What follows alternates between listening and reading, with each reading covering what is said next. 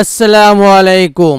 দখলদার ইসরায়েলি বাহিনী এবং ফিলিস্তিনি পুরোদমে যুদ্ধ চলছে, জানিয়ে দেব হাতে থাকা সর্বশেষ আপডেট আন্তর্জাতিক সংবাদ। প্রথমেই সংবাদ শিরোনাম।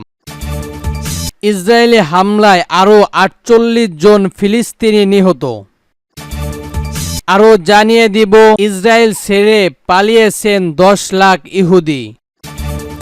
আরও জানিয়ে দিব ২৪ ঘন্টায় ৯৬০ জন সেনা, ২৭টি ড্রোনসহ ব্যাপক ক্ষয়ক্ষতি ইউক্রেনের। আরও জানিয়ে দিব পাকিস্তানে বিলুপ্ত হচ্ছে সরকারি ২৮টি দপ্তর। সর্বশেষ জানিয়ে দিব কুষ্টে আরেকটি রুশ সেতু ধ্বংস করেছে ইউক্রেন বাহিনী। শুনছিলেন সংবাদ শিরোনাম, এরপর বিস্তারিত। তার আগে আমাদের ভিডিওটি যদি ভালো লেগে থাকে তাহলে লাইক, কমেন্ট, শেয়ার করে দিবেন। আর আমাদের ভিডিওটি সর্বপ্রথম পেতে চ্যানেলটিকে সাবস্ক্রাইব করে রাখবেন।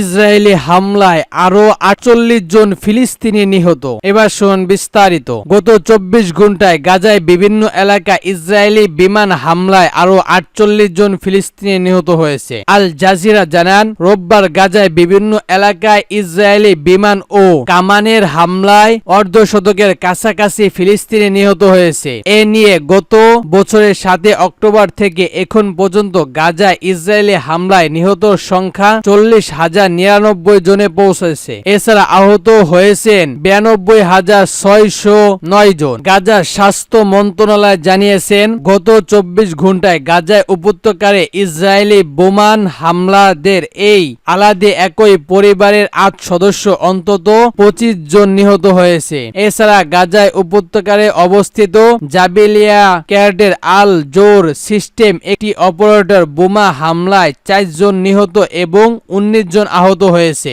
ইসরায়েলি সেনাবাহিনী গাজা উপত্যকার দক্ষিণে অবস্থিত খান ইউনুসের পূর্ব আবসান আল কাদিবার একটি বাড়িকেও লক্ষ্য করেছে, যাতে ৪ জন ফিলিস্তিনি এবং কমপক্ষে ৬ জন আহত হয়েছে। এদিকে গাজায় যুদ্ধবিরতির সঙ্গে হামাসের সিনিয়র কর্মকর্তা ওমাস আদম আল জারেকে বলেছে, ইসরায়েলি যুদ্ধবাজ প্রধানমন্ত্রী বেনিয়ামিন নেতানিয়াহুর যুদ্ধবিরতি এবং দমি বিনিময় চুক্তির প্রধান ধারা হিসেবে নিজেকে উপস্থাপন করেছে। অন্যদিকে নেতানিয়াহুকে গাজায় যুদ্ধবিরোধী চুক্তি মেনে নেওয়ার দাবিতে বিক্ষোভ করেছেন হাজার হাজার সরকার বিরোধী বিক্ষোভকারীরা। এদিকে তেল আবিব এবং অন্যান্য শহরের রাস্তায় বিক্ষোভ করতে দেখা যায় তাদের।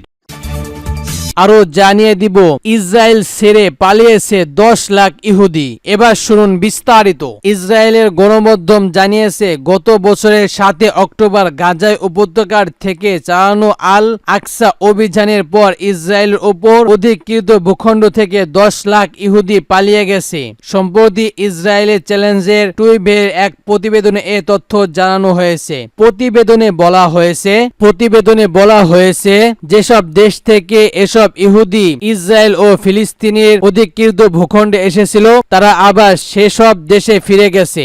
বিশেষ করে ইউরোপ ও আমেরিকার নাগরিকরা ইসরায়েল ছেড়েছে। এদিকে সেন্টার ফর নিউজ টেক নামের একটি সংস্কার এক জবির প্রতিবেদনে জানিয়েছে, শতকরা ২৯ ভাগ ইহুদি ইসরায়েল ছাড়ার চিন্তা করেছে এবং ৭১ ভাগ ইহুদি আগামী দিনগুলোতে ইসরায়েলের সুন্দর জীবনযাপনের ব্যাপারে আগ্রহীশীল নয়। সেন্টার ফর জিউস ক্যাম্পেক জরিপ ফলাফলের ওপর ভিত্তি করে চ্যালেঞ্জ টুইটার জানিয়েছে, শতকরা ৫০ ভাগ ইহুদি অপারেশন আল আকসা সেন্টার আহত হয়েছেন অথবা আহতর এমন কাউকে চেনেন জানেন। এ ক্ষতিগ্রস্ত দেখে গেছে শতকরা ৮৪ ভাগ ইহুদি। ইসরায়েল সরকারের কূটনীতি সমস্ত নয়। এছাড়া জরিপে অংশগ্রহণকারীদের মধ্যে ৬৯ ভাগ ইহুদি বিশ্বজুড়ে ইসরায়েলের বিরোধিতা সমকামিতা মতো বিলজ্জ বলে মনে করেন।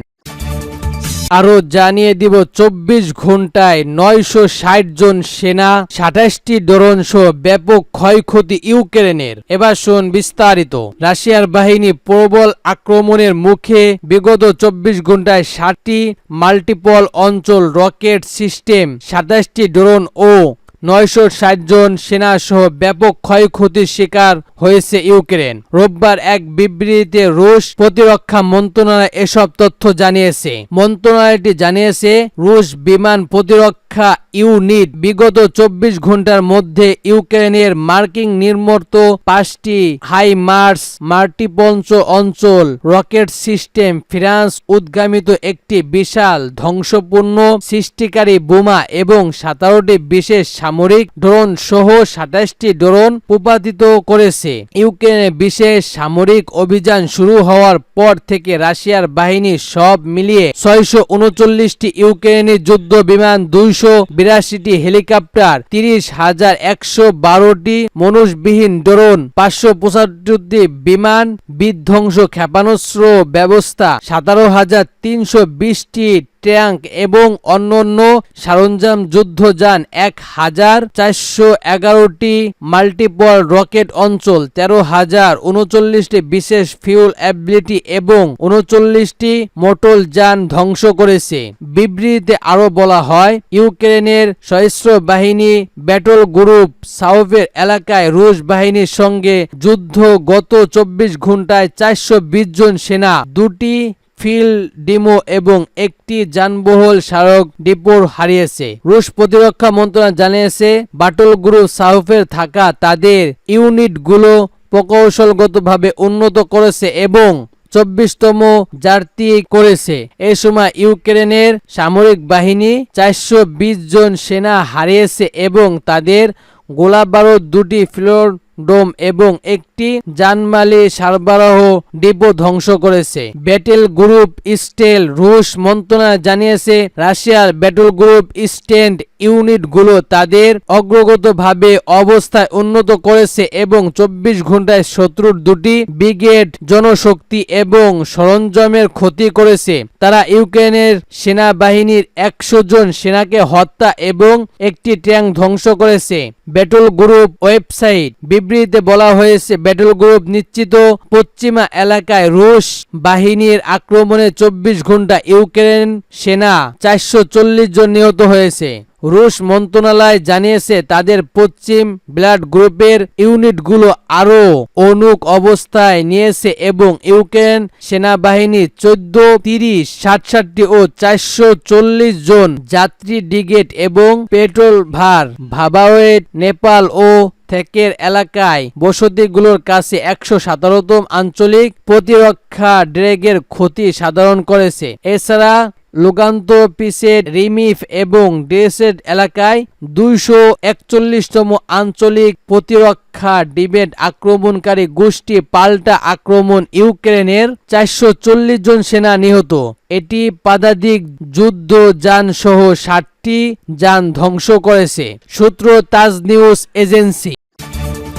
আরো জানিয়ে দিব পাকিস্তানে বিলুপ্ত হচ্ছে সরকারি 28টি দপ্তর। এবার শুনুন বিস্তারিত। বেশ কিছুদিন ধরে রাজনৈতিক অস্থিরতার উদ্ভট পাকিস্তান, পাশাপাশি অর্থনৈতিক সংকটের টালমাটাল পুরো দেশ স্থিতিশীলতার আনতে নানাভাবে চেষ্টা চালিয়ে যাচ্ছে দেশটির সরকার। একই অংশ হিসেবে প্রশাসন ব্যয় কমাতে সরকারের 5টি মন্ত্রণালয়ের 28টি বিভাগ ও 1.5 লাখ চাকরির পদ বিলুপ্ত করার সিদ্ধান্ত নিয়েছেন পাকিস্তানের প্রধানমন্ত্রী শাহজাদ আরিফ। শনিবার পাকিস্তানের সংবাদ মাধ্যমে ডনের এক প্রতিবেদনে এ তথ্য জানানো হয়। প্রতিবেদনে বলা হয়, সরকারের ব্যয় কমাতে ও রাষ্ট্রীয় সেবা ব্যবস্থা আরো সহজ করতে 5 মন্ত্রণালয় 28টি দপ্তর বিলুপ্ত করতে যাচ্ছে পাকিস্তান। শুক্রবার প্রধানমন্ত্রী শাহবাজ আরিফের সভাপতিত্বে এক বৈঠকে এ সিদ্ধান্ত নেওয়া হয়েছে। বিলুপ্ত করা 5 মন্ত্রণালয়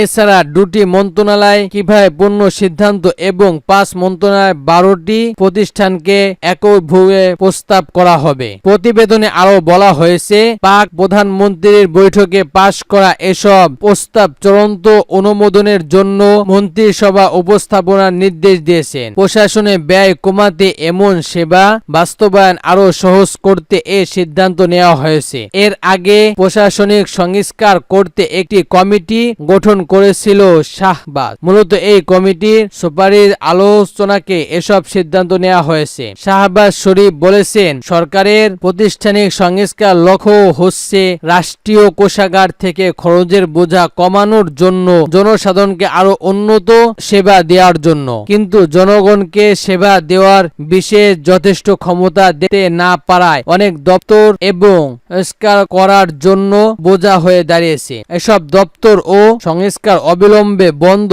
নয়তো বেসরকারি খাতে ছেড়ে দেওয়ার উচিত বলে মন্তব্য করেছেন তিনি। বিশেষ করে বলেছেন, সরকারের এমন সিদ্ধান্তের ফলে এসব দপ্তরে 1.5 লাখের বেশি কর্মচারী চাকরির ঝুঁকির মুখে পড়বে। আরো জানিয়ে দিব, কুর্স্কে আরেকটি রুশ সেতু ধ্বংস করেছে ইউক্রেন বাহিনী। এবার শুনুন বিস্তারিত। রাশিয়ার কুর্স্ক অঞ্চলে সেই নদীর উপর আরেকটি সেতু ধ্বংস করেছে ইউক্রেন সেনারা। রোববার 18 আগস্ট ইউক্রেন কর্মকর্তা এই দাবি করেছেন। এর আগে একই অঞ্চলে আরেকটি সেতু ধ্বংস করেছিল ইউক্রেন সেনারা। রুশ ভূখণ্ডে চলমান ইউক্রেন অভিযানের অংশ হিসেবে সেই দুটি ধ্বংস করা হয়েছে। খবর লিটিকোর্স। রোববার সকালে টেলিগ্রামে একটি পোস্টে ইউক্রেনের বিমান বাহিনীর কমান্ডার হাইকোল ওয়াসুন ধ্বংস হওয়ার দ্বিতীয় সেতুর একটি ভিডিও প্রকাশ করেছে। পোস্টে তিনি লেখেন, আরও একটি সেতু ধ্বংস। ওলে সূচক জানান, ইউক্রেনের বিমান বাহিনী আশ্রয় রাশিয়া সুবিধা ধ্বংস করে তাদের লঙ্ঘন ক্ষমতা দুর্বল করেছে, যা যুদ্ধ গুরুত্বপূর্ণ প্রভাব ফেলবে। শুক্রবার কুশলগত জেলার সেই নদীর উপর একটি সেতু ধ্বংস করা হয়েছে। কুর্স্কের ভারপ্রাপ্ত গভর্নর আলেক্সান্ডার সিনিয়র টেলিগ্রাম শুক্রবার হামলার বিষয়টি নিশ্চিত করলেও বিবৃতিতে তথ্য জানিয়েছে। ইউক্রেনের প্রেসিডেন্ট ভলোদিমির জেলেনস্কি শনিবার রাতে জানান, কুর্স্ক অঞ্চলে তাদের বাহিনী নিজেদের অবস্থা শক্তিশালী করছে। ইউক্রেনের সেনা প্রধান ওলেকাদি সিস্টেম জানিয়েছে, কিয়েভের সেনা তাদের অগ্রগতি অবসর রেখেছে এবং আরও কয়েকজন সেনা সদস্যকে বন্দী করেছে। জেলেনস্কি বলেছে, অভিযানটি আমাদের প্রগত পথে এগোচ্ছে। এখন আমরা আমাদের অবস্থান আরও শক্তিশালী করছি। আমাদের উপস্থিতি আরও মজবুত হচ্ছে।